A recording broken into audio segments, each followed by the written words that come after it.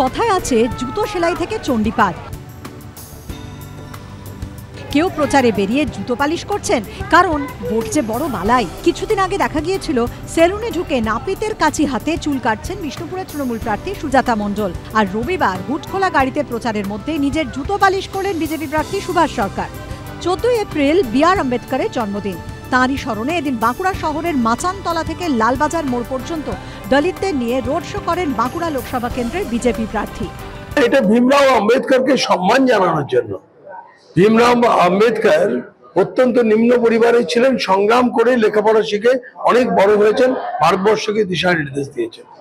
এবং এর সঙ্গে সঙ্গে ওনার যে দর্শন, সেটা হচ্ছে সমস্ত কাজের মর্যাদা সমান। একজন দক্ষ মুচি সে একজন দক্ষ ডাক্তারেরও সমান। এতে জনগণের জুতো পালিশ করেনি তো, নিজের জুতো পালিশ করছে। ওটা দেখিয়ে কি হবে? বাজার খারাপ হলে যা হয়, এগুলো কি হবে? এসব করে নাটক করা হচ্ছে। এগুলো জনগণের জুতো পরিষ্কার করছে।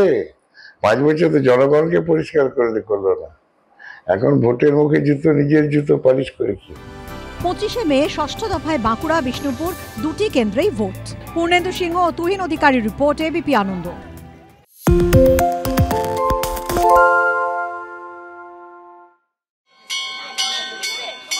পয়লা বৈশাখে সেজে উঠল লেক কালীবাড়ি।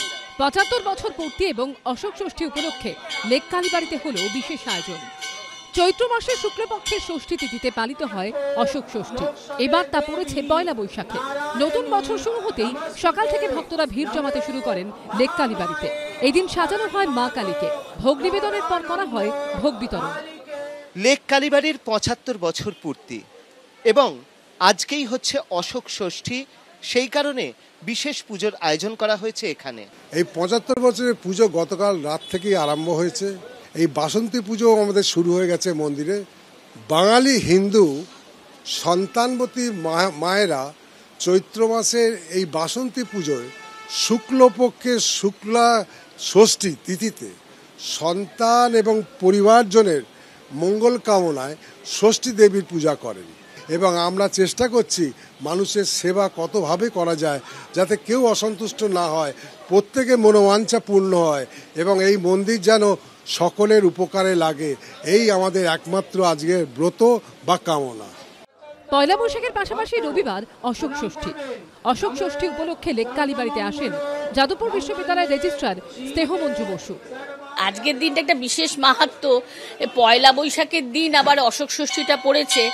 অশোক ষষ্ঠী তো অন্নপূর্ণা পূজার ষষ্ঠী, তো আমরা মায়েরা এইটা পালন করি। পয়লা বৈশাখের পর লেক কালীবাড়িতে রয়েছে বাসন্তী পুজো এবং অন্নপূর্ণা পুজো। অর্ণব মুখোপাধ্যায়ের রিপোর্ট, এবিপি আনন্দ, কলকাতা।